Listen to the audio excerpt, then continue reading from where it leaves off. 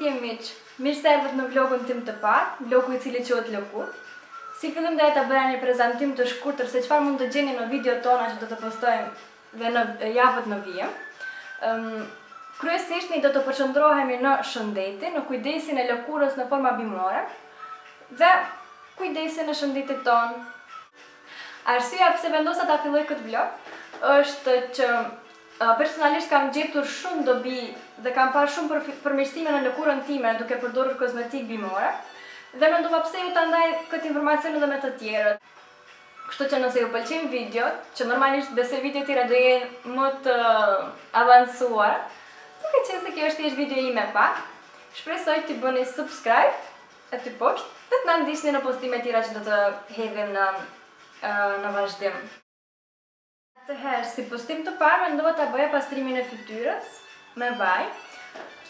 Duke qenë si hapi parë drejt kujdesit ndaj lëkurës është pastrimi I fytyrës.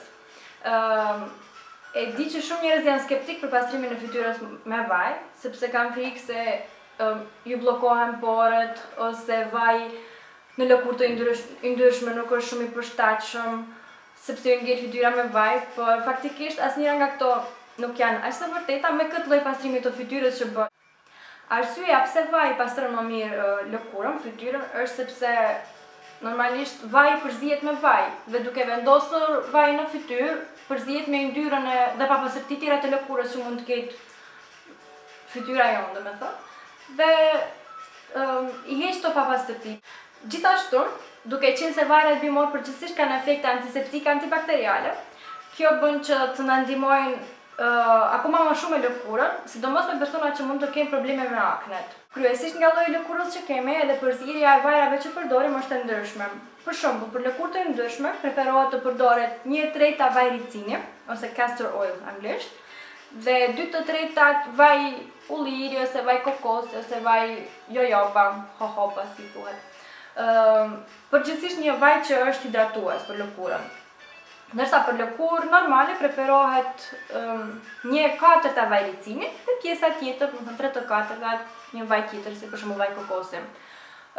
Për lëkurë të thatë, kryesisht përdoren vajra që janë më hidratuese, për shembull vaj kokosi, vaj jojoba ose vaj tjetër.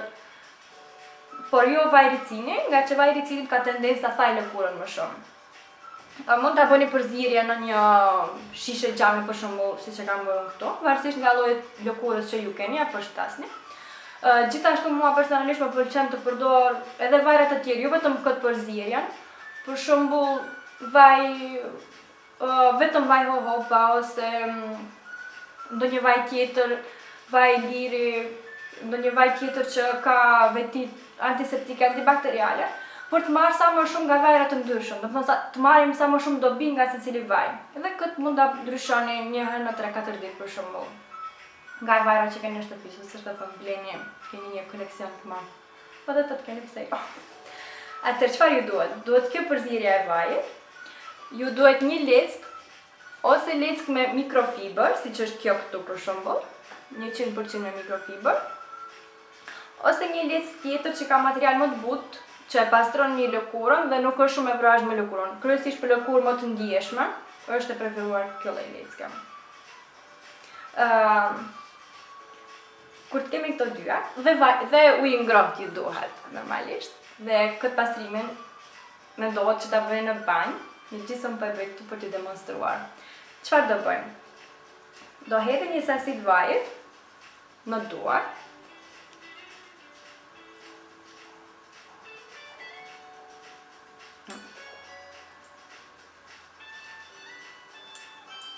Paka shumë gjysmë luke gjelle, nuk e di sa duket këto. E përzihem me duar që ta marr pak edhe temperaturën e trupit, temperaturën tonë, të jetë më ngrohtë dhe të përshtatet më shumë me lëkurën kur ta pastrojmë. Dhe fillojmë bëjmë një lloj masazhi me fytyrën. Fillojmë një të ngoj dhe I bëjmë masazh fytyrës për ta pastruar sa më mirë. Në gjitha anët.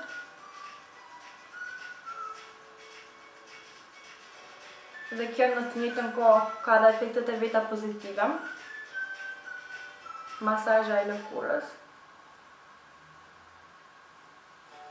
Edhe disa mund ta kenë bezdi që të pastrojnë qërpikët me vaj, po e pa të bezdi mund t'i pastrojnë si fillin qërpikët, pastaj të vazhdoni pjesën tjetër të fytyrës. Ndërsa për ata që duan t'i pastrojnë edhe qërpikët me vaj, që gjithashtu ka një efekt tjetër pozitiv sepse ndihmon në ushqyerjen e qërpikëve dhe rriten më gjatë, domethënë rriten më shumë, atëherë bëjnë në këtë lloj forme rrethore. Fytyra ime tani do jetë si për Halloween.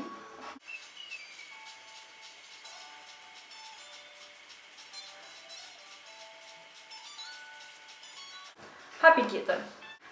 E kemi futur leckën në ujë të ngrohtë dhe e vendosim mbi fytyrë në mënyrë që avulli i ngrohtë i leckës të depërtoj sa më thellë në porët tona dhe ta pastroj më në thellësi fytyrën. Edhe mbajmë për disa sekonda kështu në fytyrë. Ja.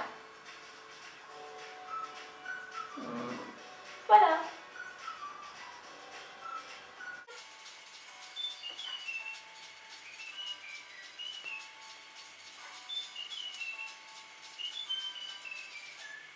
Dhe, voilà. Normalisht leckat që